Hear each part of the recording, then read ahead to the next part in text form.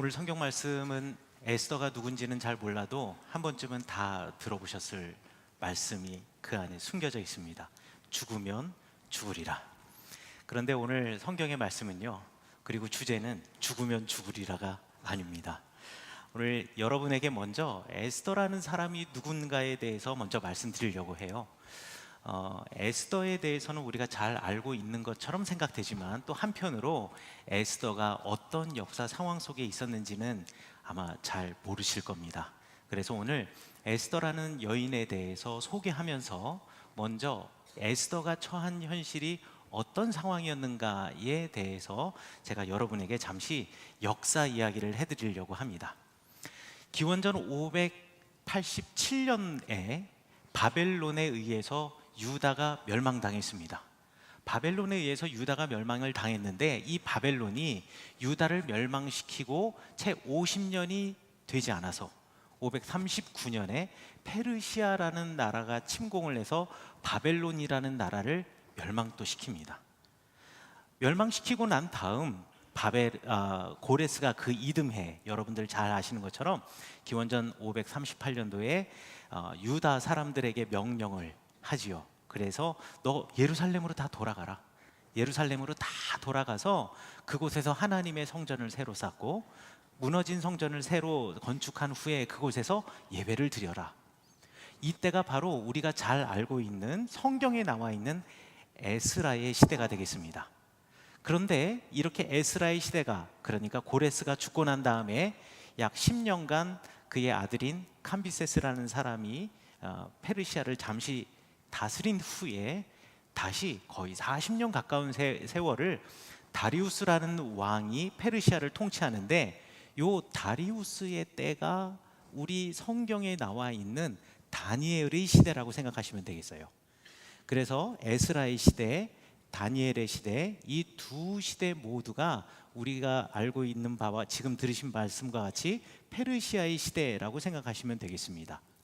그런데 다리우스라는 왕은 역사 속에서 이 다니엘 때문에 유명해진 것이 아니라 실제로 우리 신앙을 갖고 있지 않는 사람에게도 잘 알려진 이야기가 하나 있는데, 그게 뭐냐면 그리스와 페르시아의 전쟁 때문에 널리 알려져 있습니다.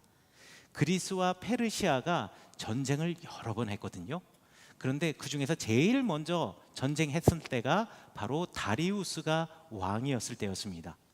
이 제1차 페르시아 그리스 전쟁 때에 여러분들 이 전쟁의 이야기는 다 모르셔도 상관없어요. 하지만 여러분들 이 전쟁에서 벌어진 하나 사건은 잘 알고 있습니다. 뭐냐면 마라톤 평원에서 벌어진 전쟁 이야기예요.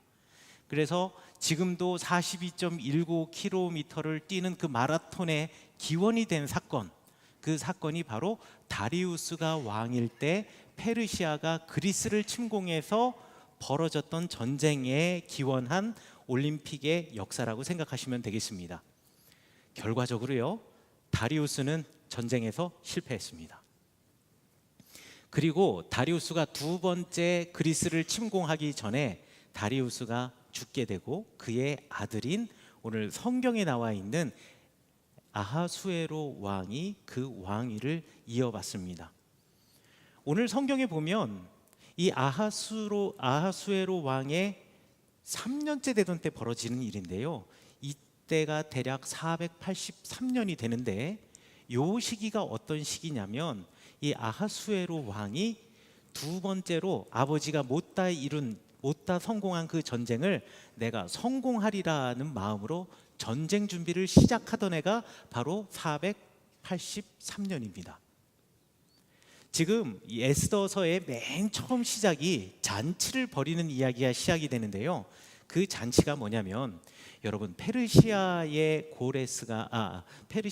이 아하수에로가 황제이긴 하지만 내가 전쟁을 한다라고 해가지고 아무나 사람들을 불러다가 야, 전쟁할 테니까 사람들 모여 하면 다 모이는 게 아니에요. 페르시아의 거대한 제국 안에는 다양한 민족, 다양한 자그마한 국가의 체계를 갖고 있는 지역들이 있었는데요, 이 지역을 다스리던 봉건 왕과 같은 왕이 있었습니다. 그 왕들을 잘 대접을 해서 그 왕들이 군대를 보내주어야지만 많은 수의 병사가 모일 수가 있는 거예요. 그래서 이 작은 지역에 있는 군주들로부터 원활한 병력을 수급받기 위해서 이 왕들을 불러놓고 이제 거대한 잔치를 벌이기 시작했습니다. 그런데 이 거대한 잔치에 이 아하수에로가 자기의 아내를 이 왕들에게 소개시켜 주고 싶다라는 생각이 불현듯 들었던 것 같아요. 그래서 이 아내를 불렀는데 아내가 나오지를 않는 겁니다. 왜 그런지 모르겠어요. 그 전날 부부싸움을 했는지, 아니면 그 전에 왜 나한테 미리 사전에 연락도 없이 갑자기 손님을 초대해 놓고 이렇게 부르는 게 어딨냐라고 따졌는지는 모르겠지만 나오지를 않았습니다. 이 아하수에로 왕이 적잖이 당황했거든요. 그런데 그 옆에 있었던 신하들이 아하수에로 왕에게 이야기를 합니다. 뭐라고 이야기하냐면, 이제 우리가 그리스로 가기 위한 커다란 전쟁을 하게 될 텐데, 그리고 이 전쟁에서는 군령이라는 것이 서야 되는데, 황제가 이렇게 가라 그러면 가고 서라 그러면 서야 될 텐데, 지금 군주들이, 작은 군주들이 다 모인 이 자리에서 왕의 아내도 왕의 말을 듣지 않는다고 한다면 과연 이 사람들이 왕의 말을 듣겠습니까? 듣고 보니 말이 되거든요. 그래서 어떻게 하면 좋겠느냐라고 의견을 물어보니 왕이 이 왕후를 폐위시켜라 라고 건의를 합니다. 그래서 폐위를 시키고 다시는 아하수에로 앞에 나타나지 못하는 신세가 되었어요. 이 왕후가 죽었는지 안 죽었는지는 성경에 나오지 않기 때문에 잘 모르겠습니다만, 아마 그 사람들에게 본보기를 보였다라면 아마 죽였을지도 모를 일이지요. 그리고 나서 전쟁에 나갔습니다. 두 번째 이 전쟁은요, 영화로도 만들어졌습니다.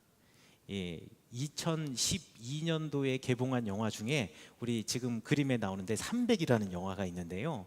이 300이라는 영화에서 이 레오니다스라는 그 스파르타의 왕이 싸웠던 페르시아의 왕이 바로 아하수에로입니다.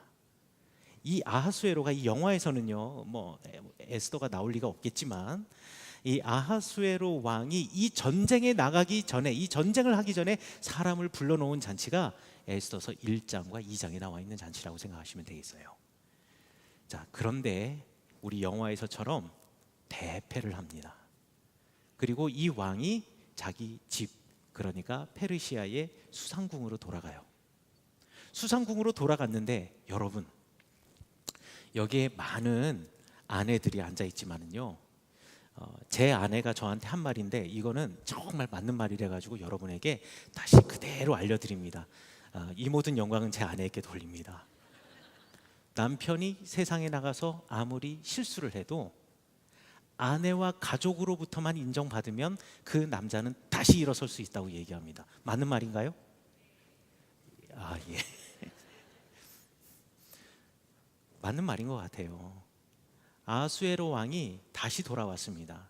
다시 돌아왔는데, 그런데 아하수에로 왕을 위로해 줄, 그러니까 여보 괜찮아, 전쟁이 질 수도 있지, 다음번이 있잖아, 아니 이거 전쟁 하나 졌다고 뭐 큰 문제 생기나, 위로해 줄 사람이 있는데 온 페르시아의 사람들이 전부 다 이 아하수에로 왕만 째려보고 있는 거예요. 이 아하수에로 왕이 얼마나 마음이 조마조마했겠습니까? 주변에 있던 신하들이 아하수에로 왕에게 건의를 합니다. 왕이시여, 왕에게 지금 제일 필요로 한 것은 아내입니다. 다른 사람이 뭐라 그래도 왕을 그대로 받아줄 수 있는 아내입니다. 그래서 우리 아내를 간택하는 일이 시작이 되었어요. 그때 온 지방에, 온 민족에 있는 많은 여자들이 간택되어서 뽑혀 나왔습니다. 그리고 그 중에서 하나의 왕비를 이제 선택하게 돼요. 그런데 말이죠, 그 중에서 유독 눈에 들었던 여인이 있었습니다. 그게 바로 에스더예요. 모르드게라는 사촌이 있었는데, 이 나이 많은 사촌인 모르드게가 에스더에게 너 유대인이라는 건 말하지 말고 이 간택장으로 나와라. 그리고 간택받은 그 여인들 가운데에서 이제 훈련 과정을 거쳐서 누가 가장 덕망도 있고 인격도 좋고 한 나라의 왕으로서 한 나라의 어머니로서의 자격이 있을까, 이것을 평가하는 자리, 이 자리까지 나오게 되었는데, 특별히 이 에스더가 사람의 눈, 특별히 우리 성경에 보면 헤게라고 하는 지금 이 결혼을 준비하는데 결정적인 역할을 하는 이 사람의 눈에 들었던 사건이 있었습니다. 그게 뭐냐면 에스더서 2장 15절에 이렇게 나와 있습니다. 모르드게의 삼촌 아비하일의 딸 곧 모르드게가 자기의 딸같이 양육하는 에스더가 차례대로 왕에게 나아갈 때 궁녀를 주관하는 내시 헤게가 정한 것 외에는 다른 것을 구하지 아니하였으나 모든 보는 자에게 사랑을 받더라. 이 무슨 말인고 하니요, 이렇게 여인들이 이제 간택되기 전에 다 뽑혀 나오잖아요. 그럼 이 여인들에게 치장도 해주고 뭐 해야 됩니다. 그리고 과거의 전통은요, 이렇게 왕의 아내가 되기 위해서 한번 뽑혀 나왔던 여자는요, 왕에게 선택당하지 못한다 손치더라도 다시 결혼할 수가 없었어요. 그렇기 때문에 이 여인에게는 그에 해당하는 응분의 무언가를 주어야 됩니다. 선물을 주는 거예요. 그래서 이 여인들이, 거기 있는 여인들이 원하는 것은 뭐 예를 들어서 내가 간택받기 전에 화장품이 필요해요. 그럼 제일 좋은 화장품 갖다 주고, 장신구를 하고 나가고 싶은데 저는 귀의 모양이 뭐 하트 모양이 필요해요. 그럼 구해다 주고, 이런 일들을 하는 게 헤게였습니다. 근데 에스더라는 여인이 있는데 이 여인은 용모는 아름다운 것은 그건 당연한 것이고, 거기에 그것뿐만 아니라 마음까지 아름다워서 기본적으로 왕궁에서 주는 그 물품 이외에 자기가 이참에 한몫 잡아야겠다 라는 마음을 가지고 헤게에게 더 많은 것을 요구하지 않는 바로 그 모습 있잖아요. 그 모습 때문에 헤게의 눈에 들어서요. 그리고는 왕비가 되었습니다. 이렇게 아름다운 모습을 가지고 있는 에스더에게도 하지만 숨기고 싶은 비밀이 하나 있었습니다. 이 비밀이 뭐냐면 자기가 유대인이라는 거예요. 하만이라는 사람이 그때 당시에 아수에로 왕 다음으로 페르시아 제국에서 실질적인 통치를 하는 오늘날의 국무총리와 같은 사람인데, 이 하만과 모르드게가 사이가 매우 좋지 않았습니다. 왜냐하면 이 모르드게는요, 하만 알기를 일단 우습게 알았어요.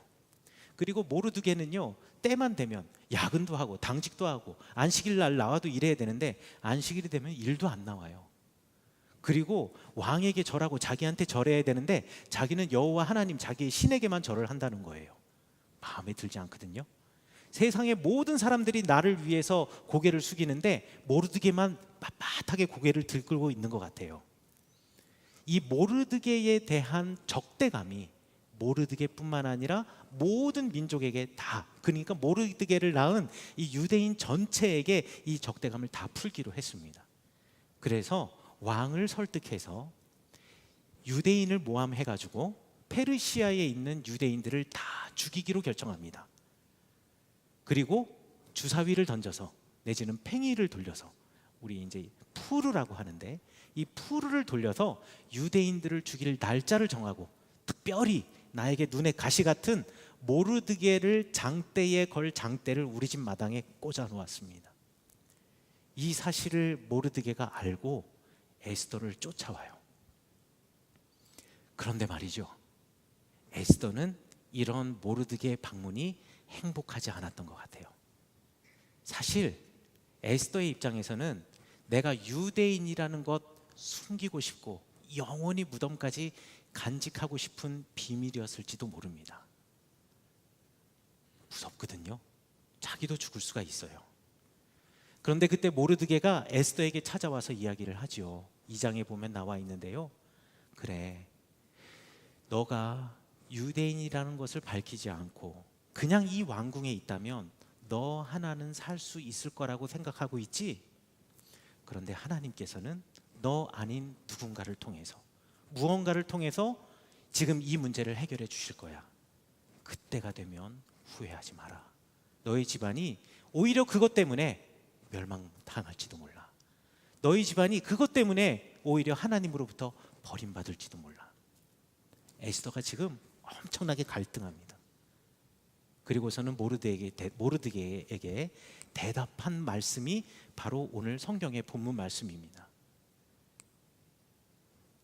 3일을 나를 위해서 금식해 주세요. 나도 금식하겠습니다. 그리고 왕에게 나와서 제가 말을 해볼게요.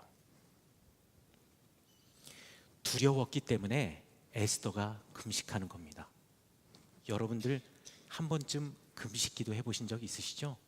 40일까지는 필요 없더라도 이 하루라도 3일이라도 일주일이라도 정말 내 인생에 닥친 바로 그 문제를 해결하기 위해서 여러분 금식하며 기도해 보신 경험 있으신 분들 계실 겁니다. 왜 금식하지요? 왜 기도하지요? 나에게 닥쳐진 문제를 어떻게든 해결해 보고 싶어서, 이 상황을 바꾸어 보고 싶어서. 그런데 오늘 에스더에서는요, 그렇게 금식하는 것, 그렇게 기도하는 것, 그것 때문에 바뀌어지는 바로 처음 시작은 내가 처한 상황이 아니라 바로 나라라는 것을 가르쳐 주고 있습니다. 금식을 통해서 그가 바뀌고, 금식을 통해서 내 주변에 있는 상황이 바뀔 거라고 생각하지만은요, 아니에요. 금식을 통해서 제일 먼저 바뀐 것은 에스더였습니다. 에스더가 바뀌니, 내가 바뀌니 그들이 달라 보이고, 그들이 달라 보이니 관계가 바뀌어지고, 관계가 바뀌어지다 보니 상황도 바뀌어지는 거예요. 에스더가 금식하면서 바뀌었습니다. 예전에는요, 자기 민족 관심 없어요. 그저 내가 이 왕궁에서 황후로서의 삶을 사는 것, 그것으로 만족했습니다. 그리고 그 삶에 안주했어요. 그런데 기도하고 나니 생각이 바뀌어졌어요. 에스더가 달라졌어요. 금식하고 나니 에스더의 생각이 달라졌어요. 에스더의 생각이 달라지니 용기가 생겼어요. 용기가 생기니 생각의 폭이 넓어졌어요. 생각의 폭이 넓어지니 지혜가 생겼고요. 지혜가 생기니 민족을 구원하게 되었다라는 겁니다. 여러분, 아무리 금식해도요, 아무리 기도해도요, 내가 바뀌지 않고 나 스스로 바뀌지 않으려고, 모든 문제는 그들에게 있다고 끝까지 내가 바뀌지 않으려고 발버둥 치면 어떻게 되는지 아세요? 이사야서 58장에 이사야서 58장 3절과 6절부터 7절에 이런 말이 있습니다.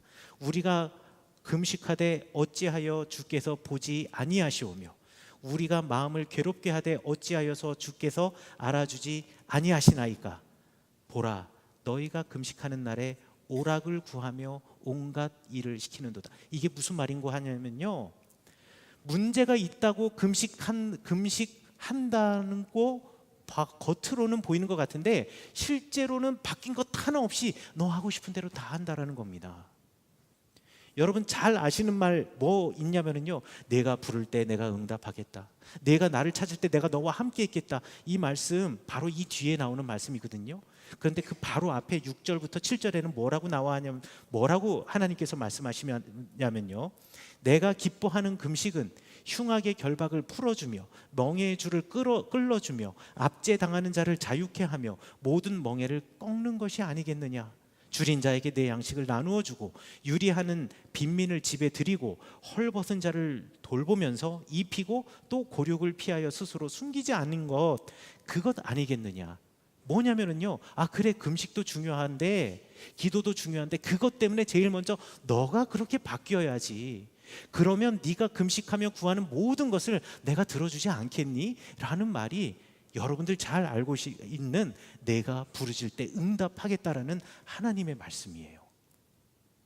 금식하면은요, 기도하면은요, 간절하면은요, 제일 먼저 바뀌어지는 것은 나여야 한다라는 겁니다. 예수 그리스도의 복음도 마찬가지입니다. 여러분, 복음을 알고요, 그 복음이 나의 삶의 의미가 되면은요, 상황이 바뀌는 게 아니고요, 내가 바뀌게 되는 거예요. 여러분 경험해 보셨죠? 성경에 보면 대표적인 예가 있습니다. 삭개오 같은 사람이요. 삭개오는요, 예수님을 알고 싶었어요.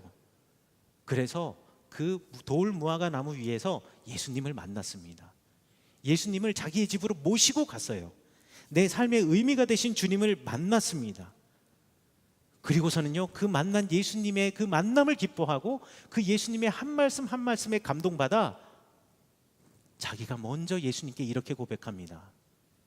주님, 내가 바뀌었습니다. 내가 과거에는 세리장으로 사람들에게 손가락질 밟고 때로는 불의한 일도 양심의 가책 없이 했는데요, 이제 내가 가지고 있는 절반을 가난한 사람에게 다 나눠주겠습니다. 그리고 혹시 내가 잘못 거두어 드린 것이 있다면 몇 갑절로 갚을게요. 복음을 알고 예수님을 알게 되니 누가 제일 먼저 바뀌던가요? 삭개오가요. 집 바깥에서 있는 사람은요, 여전히 삭개오를 향해서 저거 세리장이라고 얘기하고 있어요. 집 바깥에 있는 사람은요, 여전히 예수님을 보고 어떻게 저런 사람이랑 같이 밥을 먹냐고 욕을 하고 있습니다. 상황이요, 바뀌어진 거 아무것도 없어요. 에스더가 3일을 금식했고 에스더와 함께 유대인들이 3일 동안 금식했지만요, 상황이 바뀌어진 건 아무것도 없어요. 여전히 하만이 내린 조서는 유효하고 곧 얼마 안 있으면 유대인들은 몰살을 당할 겁니다. 그런데 제일 먼저 삭개오가 바뀌니 모든 것이 바뀌어졌어요. 에스더가 바뀌니 모든 것이 바뀌어졌습니다. 금식 그리고 기도로 내가 바뀌어지면은요, 모든 것이 바뀌어집니다. 바뀌어지는 것의 시작은 바로 나부터예요. 여러분들 금식하고 기도했는데, 내가 하나님께 매달렸는데 기도의 응답이 없으신 분들 계시나요? 잘 한번 돌이켜 생각해 보십시오. 그 금식으로, 그 기도로 내가 바뀌었나? 아니면 그들이 바뀌기를 내가 기도했나? 그들이 바뀌기를 기도했다면 기도의 응답을 받지 못할 확률이 높아요. 그러나 그 기도 때문에 내가 바뀌면은요, 그들도 바뀔 수밖에 없습니다. 금식하며 기도하고, 그리고 그 기도의 결과로, 그 금식의 결과로 내가 바뀌어지면 주님께서 나에게 다른 눈을 주시고, 나에게 다른 입을 주시고, 그리고 나에게 다른 생각을 주십니다. 다른 눈, 다른 입, 다른 발, 다른 생각을 가지고 사람들을 만나면요, 상황이 바뀌고 세상이 바뀌고 그동안 내가 생각했던 문제라는 것들이 문제가 아닌 것으로 해결되어지는 것. 저는 그런 여러분들의 신앙의 고백이 여러분들의 날마다 경험하는 신앙의 간증으로 바뀌어지기를 간절히 기도합니다. 여러분, 우리 교회가요, 300명의 새벽 기도의 용사를 찾고 있습니다. 마치 기도원이 300용사처럼 말이죠. 그런데 기도원의 300용사와 우리 교회의 새벽 기도의 300용사에는 근본적인 차이가 있습니다. 무슨 차이가 있냐면요, 기도원의 300용사는요, 전쟁하고자 나온 사람들 가운데 쳐내서 하겠다라고 끝까지 남은 10,000명 가운데서도 특별히 뽑은 300명이 기도원의 300용사고요. 우리 교회 새벽 기도의 300용사는요, 교구 목사님이 전화해서 간절히 부탁을 해야지 이름을 올려놓는 새벽 기도 용사예요. 우리가 신앙생활을 하면서 그렇게 신앙생활을 해서 되겠습니까? 정말 여러분의 삶에 변화가 있기를 원한다면, 그리고 여러분의 신앙의 삶이 복음 때문에 내가 변하고 싶다면, 여러분 금식의 자리, 기도의 자리를 놓치지 마십시오. 주님께서 분명히 여러분들을 바꾸실 겁니다. 그리고 분명히 여러분들 주변에 있는 상황을 바꾸시리라 믿습니다.